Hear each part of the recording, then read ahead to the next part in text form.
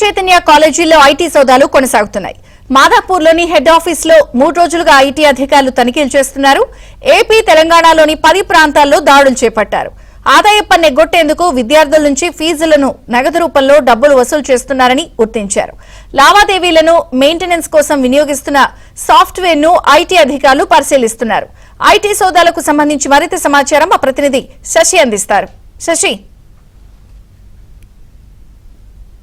శ్రీ చైతన్య విద్యా సంస్థల్లో 3వ రోజు ఐటీ అధికారుల సోదాలు కొనసాగుతూ ఉన్నాయి. ఇప్పటికే 10 ప్రాంతాల్లో ఈ సోదాలు కొనసాగుతున్నట్టుగా తెలుస్తోంది. హైదరాబాద్లోని శ్రీ చైతన్య విద్యా సంస్థలతో పాటు అలాగే శ్రీ చైతన్యకు సంబంధించినటువంటి డైరెక్టర్ యలమంచిలి శ్రీధర్ నివాసంలో కూడా ఈ సోదాలు కొనసాగుతూ ఉన్నాయి. మరోవైపు దేశవ్యాప్తంగా 10 ప్రాంతాల్లో ఇటు హైదరాబాద్తో పాటు ముంబై, పూణే, ఢిల్లీ లాంటి ప్రాంతాల్లో కూడాను ఈ సోదాలు కంటిన్యూ అవుతున్నట్టుగా ప్రజెంట్ మనకు అందుతున్నటువంటి సమాచారం. ఇక ఈ సోదాల్లో భాగంగా ఇప్పటికే పలు కీలకమైనటువంటి డాక్యుమెంట్లను ఐటీ అధికారులు స్వాధీనం చేసుకున్నారు.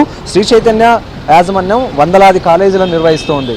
దేశంలో వివిధ ప్రాంతాల్లో సుమారుగా వందల సంఖ్యలో కాలేజీలను నిర్వహిస్తుంది. ఈ కాలేజీల నిర్వహణకు సంబంధించినటువంటి పలు కీలకమైనటువంటి ఫైళ్లను ఇప్పటికే స్వాధీనం చేసుకున్నట్టుగా తెలుస్తోంది. మరోవైపు కాలేజ్ నిర్వహణకు సంబంధించినటువంటి ఖర్చులు, విద్యార్థుల నుంచి వసూలు చేస్తున్నటువంటి ఫీజులు, అందుకు సంబంధించినటువంటి రికార్డులన్నింటినీ కూడా చాలా క్షుణ్ణంగా ఇప్పటికే ఐటీ అధికారులు పరిశీలిస్తూ ఉన్నారు. సుమారుగా 3 రోజుల క్రితం ఈ సోదాలు ప్రారంభమైతే సిఆర్పీఎఫ్ భద్రతా బలగాల నడుమ ఈ సోదాలు ఇప్పటి వరకు కూడా ఇంకా కంటిన్యూ అవుతున్నటువంటి సందర్భం కూడా కనిపిస్తోంది. అయితే గతంలో కూడాను శ్రీ చైతన్య కళాశాలల మీద ఐటీ అధికారుల సోదాలు కొనసాగాయి. 2020లో కూడా ఇదే తరహా సోదాలు కొనసాగినప్పుడు అదే సమయంలో సుమారుగా 11 కోట్ల రూపాయల నగదును ఐటీ అధికారులు స్వాధీనం చేసుకున్నారు. అయితే తాజాగా ఇప్పుడు కూడా ఐటీ అధికారుల సోదాలు కొనసాగిస్తున్నటువంటి నేపథ్యంలో సుమారుగా 5 కోట్ల వరకు కూడా నగదు స్వాధీనం చేసుకున్నట్టుగా ప్రజెంట్ అందుతున్నటువంటి సమాచారం. నేను ప్రజెంట్ మాదాపూర్లోని అయ్యప్ప సొసైటీలో ఉండేటటువంటి మా శ్రీ చైతన్య కళాశాలకు సంబంధించినటువంటి మెయిన్ కార్పొరేట్ ఆఫీస్ ఇది.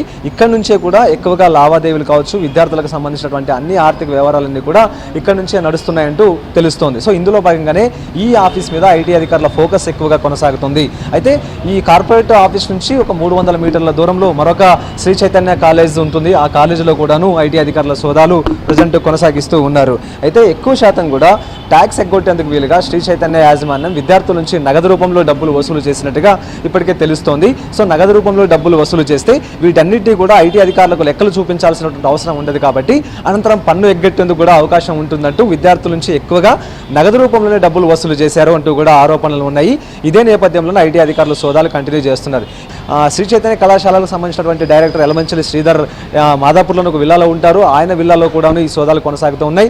ఇక ఇదే బంజారా హిల్స్లో 2 ప్రాంతాల్లో కూడా ఈ సోదాలు కంటిన్యూ అవుతున్నాయి. అలాగే ఖమ్మంలో కూడాను అక్కడ సంబంధించినటువంటి ఒక వ్యక్తి నివాసంలో కూడా ఈ సోదాలు కంటిన్యూ అవుతూ ఉన్నాయి. వివిధ ప్రాంతాల్లో నర్సరీ నుంచి ఇంజనీరింగ్ కళాశాలల వరకు కూడా శ్రీ చైతన్య యాజమాన్యం కళాశాల నిర్వహిస్తోంది. ప్రతి సంవత్సరం కూడా విద్యార్థుల నుంచి ఫీజుల రూపంలో కోట్లాది రూపాయల డబ్బులు వసూలు చేస్తుంది. అయితే ఇంత ఆదాయం వస్తున్నప్పటికీ కూడాను ఈ ఆదాయాన్ని ఐటీ అధికారులకు సక్రమంగానే చూపిస్తూ ఉన్నారా, ఏదైనా అక్రమ మార్గంలో ఇతర ప్రాంతాలకు మళ్లిస్తున్నారా అన్న అంశాల గురించే ఇప్పుడు ఎక్కువగా ఫోకస్ చేసినటువంటి సందర్భం కూడా ఉంది. ఇక విద్యార్థుల నుంచి ఎక్కువ మొత్తంలో నగదు రూపంలో డబ్బులు ఎందుకు వసూలు చేస్తూ ఉన్నారు, ఈ నగదు వసూలు చేయడం వెనుక ఉన్నటువంటి అసలైనటువంటి కారణం ఏంటి అన్న అంశాల గురించి ఐటీ అధికారులు దృష్టి సారించారు. అందుకు అనుగుణంగానే ఐటీ అధికారుల బృందం విచారణ కొనసాగుతుందని చెప్పుకోవచ్చు. ఈ రోజు కూడా పూర్తి స్థాయిలో ఐటీ అధికారుల సోదాలు కొనసాగే అవకాశం ఉంది. ఈ రోజు రాత్రి వరకు ఐటీ సోదాలు కొనసాగి రేపటితో ఈ సోదాలు ముగిసేటటువంటి అవకాశం స్పష్టంగా కనిపిస్తుంది. ఇంతకుముందు చెప్పుకున్నట్టు హైదరాబాద్తో పాటు దేశవ్యాప్తంగా 10 ప్రాంతాల్లో ఈ సోదాలు కంటిన్యూ అవుతూ ఉన్నాయి. కెమెరా పర్సన్ అజయ్తో కలిసి శశి, ఏబిఎన్ ఆంధ్రజ్యోతి.